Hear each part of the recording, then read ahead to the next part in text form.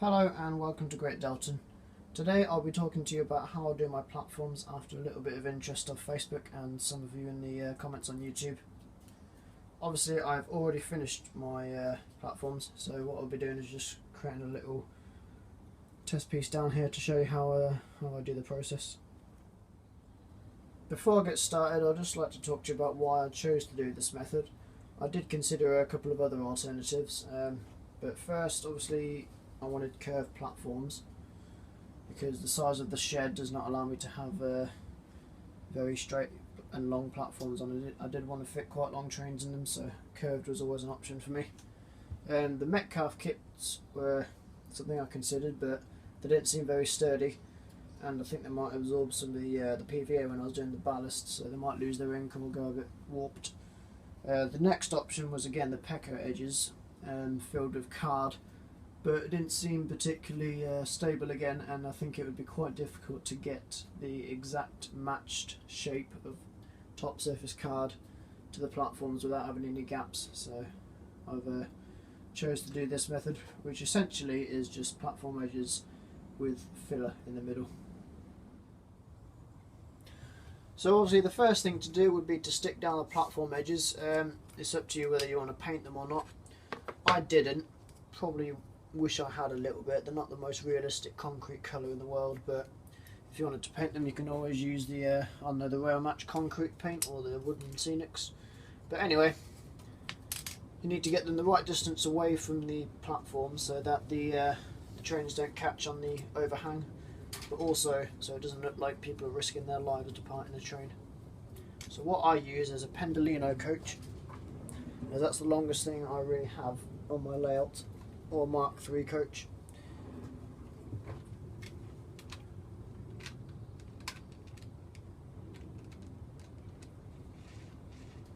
And then what I'll do is I'll just simply line up the platform to a distance that seems right where the doors are at, and then I'll make a little mark down at the bottom with a pen.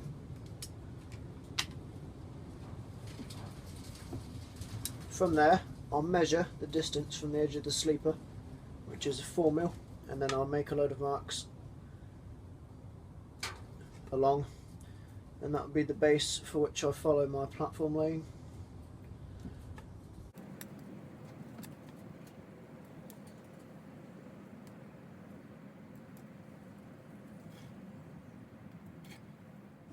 So the next thing to do would be to stick down the edges. Now Peco insists that you can make several little cuts in the actual the flanges of the Peco edges to create more flexibility, but for me I'm quite a broad radius curve, so I won't bother because I find that attempts in the past they just sort of warp the plastic a bit and it doesn't look very good. So I'll just be sticking them down straight away. Now there's several methods you can do it. You can stick several sections together like I'm going to do and then stick them all down at once, or you can do them one at a time. The only problem with doing one at a time is if you do have quite a flexible, well, if you do go quite a tight radius curve and then you put the next one on, you might get a bit of a point where the two ends meet if you do them in one at a time. And then the same goes the other end of the scale. If you want to have a platform with 20 edges, I wouldn't stick them all together at once, because one, your board might not be level, so it's not going to sit right, and two, if you're using a quick drying glue, then it's going to be a nightmare to try and line it up as it's drying. So I would say 2 or 3 sections at a time, and then you're good. I'm just going to use a straight edge to line them up so they sit nice and straight, and then I'll stick them down them. I will be using, when I can find it, blue Gorilla Glue, just because it's quick drying and it's strong. Only thing is, if you do get a bit messy with this, it tends to stain things with a bit of a sort of a white colour. So I'm just going to stick these together, and the glue ends up coming out.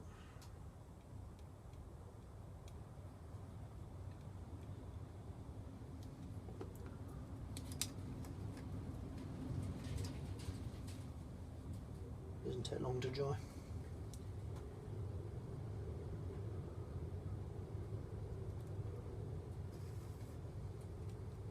I'll stick the ramp on as well.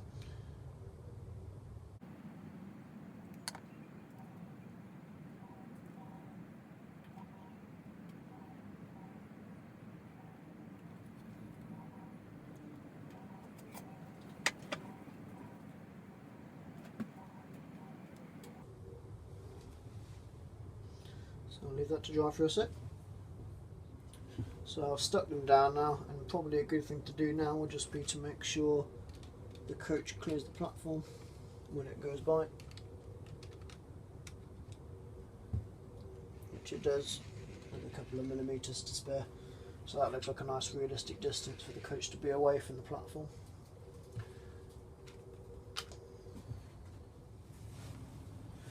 So at this point you might want to put some just some bits in there to fill the space, so that means you won't have to spend as much on filler, because if you do have very long and wide platforms it can get expensive. So some wood will do it, strong cardboard, maybe even some polystyrene. For me and my platforms I used wood. I'm not going to be doing that in this one as it's only a little section, so I'll get on with the filling. Now for the actual filling I just use polyfiller. I did try with this stuff which I bought from Tesco. It's a lot cheaper than that. It's not too bad, it's quite runny, so you'd have trouble doing the ramps. But the main problem with this is when you come to do the Gorilla tape, later on to do platform edging and painting, it tends to take off the filler when you're peeling back the tape.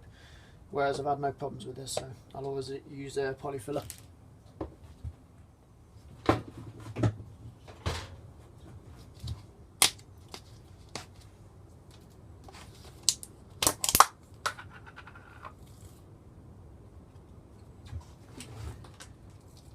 So I'll just take a little bit at a time and always scrape towards the platform edges so it's nice and flush with the slabs.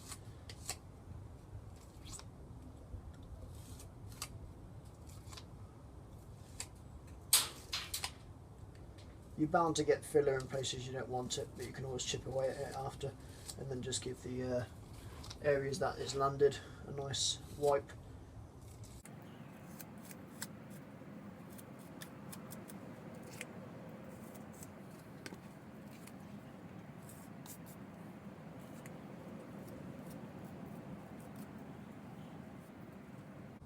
If it's on the track, however, you're best to get it when it's wet, because it tends to stain it.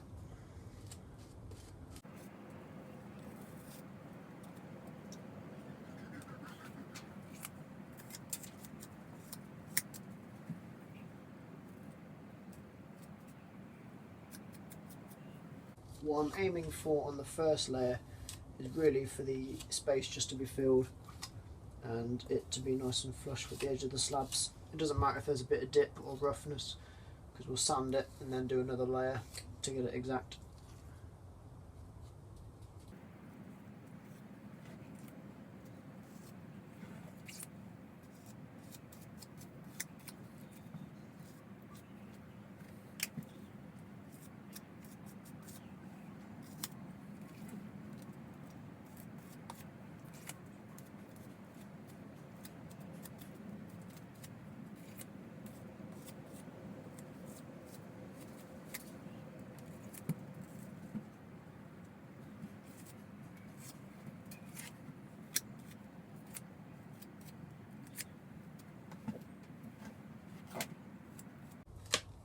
So once it's mainly full, you'll know to push it down, because there might be some air gaps underneath, just to make sure there's no voids where cracking or shrinkage could happen.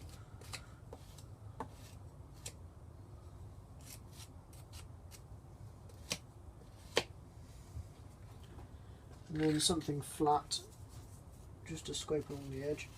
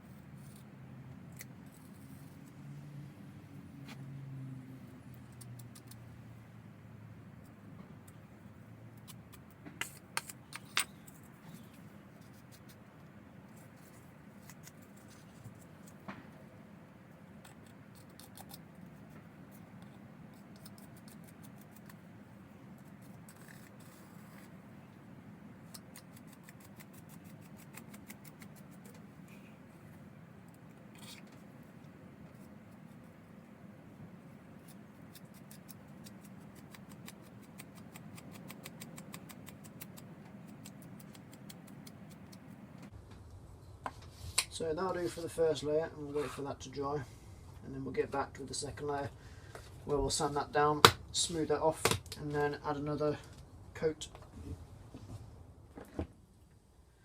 Okay, so now the polyfiller's all dry. You might be able to tell there's a few little cracks in there, but that'll just be due to it drying and there's a lot of moisture reduction in it. So some of it sticks to the platform edges and then some of it will stick to the board. So there will be a bit of shrinkage and a bit of cracking, but nothing that another layer and a bit of sanding can't fix. So I tend to use just one of these rubber handles with a bit of sandpaper wrapped around it, quite a fine grade of sandpaper, because if it's too thick, not only will you score the filler with quite a deep scratch mark, but you'll also actually you'll actually sand away the slab detail on the actual platform edges. So I use quite a fine one, and then when you're sanding it, it's just quite a light sand really.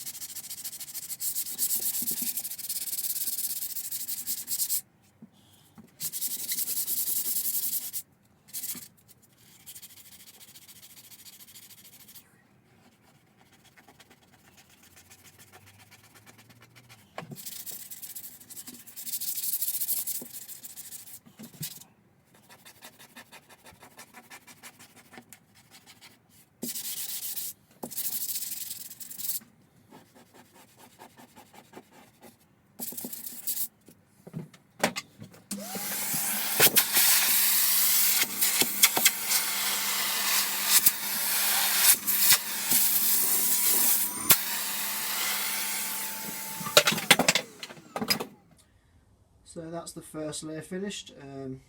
It's quite smooth, there's a few little gaps and cracks which I'll have to fill. As you can tell, in some areas I've been quite heavy handed with the sanding, it's actually taken away the slab detail a bit. But overall it's not too bad, so I'll get on with filling the second layer then, and we'll get back to you.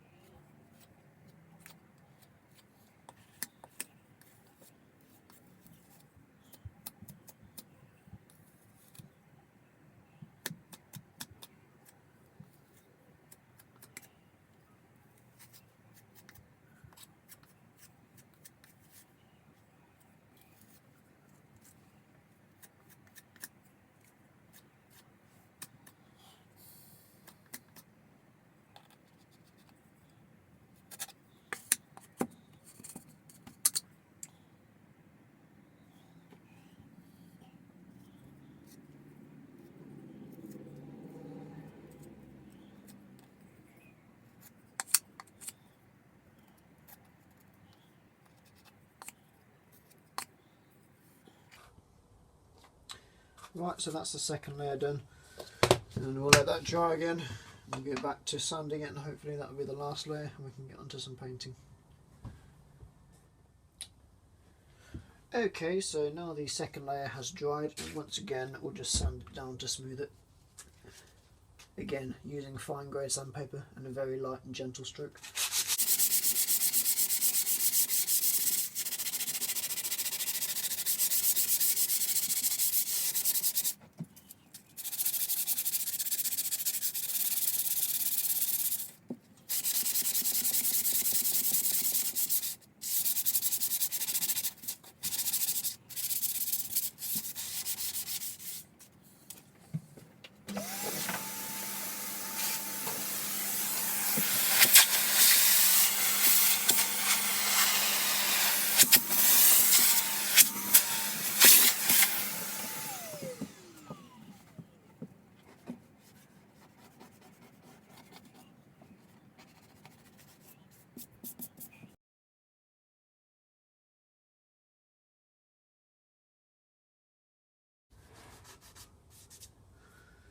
So that really is it. That's the basic principle of it. Now I've got a nice solid and smooth platform.